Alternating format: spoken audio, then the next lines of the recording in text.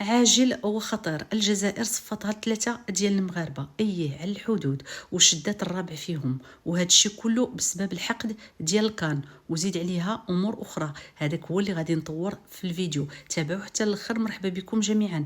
ما تنساوش الا جات على خاطركم لايك، تعليق، بارطاجيو الاخوان، لان المغرب كيعيش حاليا واحد الضغط وواحد الهجوم واش غادي نقول لكم، مبرمج ومخطط. المهم تابعوا معايا الفيديو حتى الاخر. مرحبا بكم جميعا. ما تنساوش الا جات على خاطركم كيف ما قلت انكم تبارطاجيو، ومرحبا بكم. تابعونا على الصفحه، راه كنت غبت ودابا رجعت، وهذا الموضوع هذا ثار فيا، والصراحه قلبي حزين جدا على اولاد بلادي، حيتاش هاد الناس هادو ما كانوا يديروا حتى شي حاجه. ناس عزل كيمارسوا الفلاحه ديالهم وكيسكنوا على الحدود، ولكن الجزائر والسلطات الجزائريه كان يخصها تخرج بواحد القرار، وكان يخصها تبان وترد على المجتمع ديالها عن طريق تصفيه ديال هاد 3 وحبس الرابع. لذلك الإخوان والأخوات كنقول لكم أن المغرب تعرض لواحد الهجوم، ماشي غير من قبل الجزائر ولكن من قبل دول كثيرة في إفريقيا وكذلك الدول العربية، والجزائر كانت على رأسها بالمال وكل ما تملك من قوة. وإن شاء الله نتمنى أولا العائلة ديال هاد الناس هادو ربي يعطيهم الصبر، وهاد المغاربه ديالنا اللي توفاو الله يرحمهم ويسكنهم فسيحه جنانه. الاخوان كيف قلت لكم هذه شي ايامات ماشي بزاف، وانا كنشوف ان الاعلام الجزائري كينشر واحد المعلومه، وهو ان هناك تنسيق ما بين الوحدات الامنيه، سواء من جيش، سواء من عسكر، سواء من جيش الحدود، سواء من الامن، على انهم غادي يديروا كمين مات كمين، كمين مات كمين. وكان هذا الشيء هذا غير مفسر، حتى بان ان الامر كيتعلق بكمين كان يتوجد للمغاربه.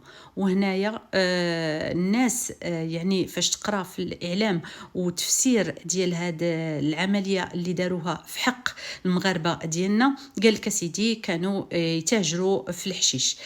كانوا يتاجروا في الحشيش، وانهم دخلوا لحمايه بلادهم وحمايه الامن الداخلي وما الى ذلك. وهنا احنا عارفين ان هذه كلها مبررات لا علاقه لها بالصحه، لان ماشي اول مره يديروها. لكن هذه المره هذه جاء الرد، جاء هذا الفعل هذا المشين، جاء لتلبيه او لتهدئه الراي العام الداخلي. حيتاش من بعد الكان والمغرب فاش شد دوك الجزائريه وانه تعامل معهم بصفه قانونيه ودخلهم الحبس وما ما طاحش وما انبطحش للضغوطات اللي حاولوا يديروها الجزائريين باش يخرجوا هذوك اولادهم.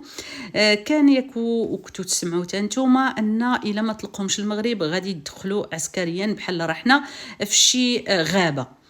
إذن باش الشعب الجزائري وكذلك الأوساط المجتمعية الجزائرية تسكت، ناضوا داروا هذا الشيء باش يوريو راسهم أنهم رجلة، وأن العسكر ديالهم قادر على المغاربة وعلى المغرب. هذا من جانب. من جانب اخر ان حاليا وهذه المرحله هذه الجزائر كتعيش واحد الضغوطات كبيره من بعد ما البوليزاريو مشات للميريكان باش تحاول تلقى تلقى واحد الباب من تدخل ليه، باش ان الحكم الذاتي ما يطبقش. ردهم من الميريكان يكحوا، قالوا لهم ما عندكمش الحل ديالكم هو تمشيو تناقشوا مع المغرب. الموضوع ديال الصحراء المغربيه حسم. وكذلك تواجد ديال الممثل الامريكي في الجزائر، وكيف كتشوفوا في هذا الفيديو هذا عطاف كينحني وكيبين انهم ما عندهم ما يديروا، ما عند الميت ما يدير قدام غسالو. هاد الضغوطات كلها اللي كتعرض عليها الجزائر من طرف المغرب في الملف ديال الصحراء المغربيه، لان هذا هو الملف الكبير، هذا هو اللي حتى الفوت الكان راه تلعب على هذا الملف هذا. كيبين ان الجزائر ما عندها ما دير، وانها جات قدام الحيط. قدام الحيط، يا تدخل فيه وتهرس، يا اما ترجع وتمشي تخدم بالسياسه المعقوله والدبلوماسيه المعقوله. لكن يبقى فيا الحال نعيد ونقول على اولاد بلادي الله يرحمهم برحمه الله ويصبر اهلهم، وان شاء الله باذن الله ربي يعطينا العوض ويعوضنا في هادو. راه وليدات بلادنا، واخا العوائل ديالهم غادي يكونوا حزينين على وليداتهم، حتى حنا بقاو فينا، حتى حنايا ولاد بلادنا، وكل فرد من افراد العائله المغربيه الكبيره سواء داخل ارض الوطن او خارج ارض الوطن، رحنا اخوه، واي حاجه كتمسهم كتمسنا. لذلك كنتمنوا لهم الرحمات ان شاء الله من الله الكريم. وان المغرب صدقوني ما غاديش يسكت لهاد المسائل هذه، وان كاين الدق والسكات. كاين بزاف ديال ردود الفعل شفتها على العقوبات ديال الكاف.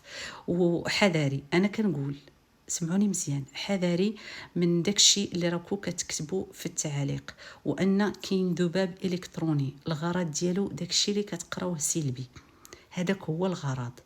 وحذاري، وصدقوني ما كنجيبش كلامي من يعني غير هكا بانت لي، لا العكس تماما، كلام يعني في المعقول والصميم. حذاري، نبقاو دائما جنود مجندين وراء صاحب الجلاله والسياسه ديال صاحب الجلاله حفظه الله، وكذلك الرجالات ديالو اللي كينفذوا السياسه ديالو على ارض الواقع وماشي في المواقع. تحياتي الناس اللي كتفهم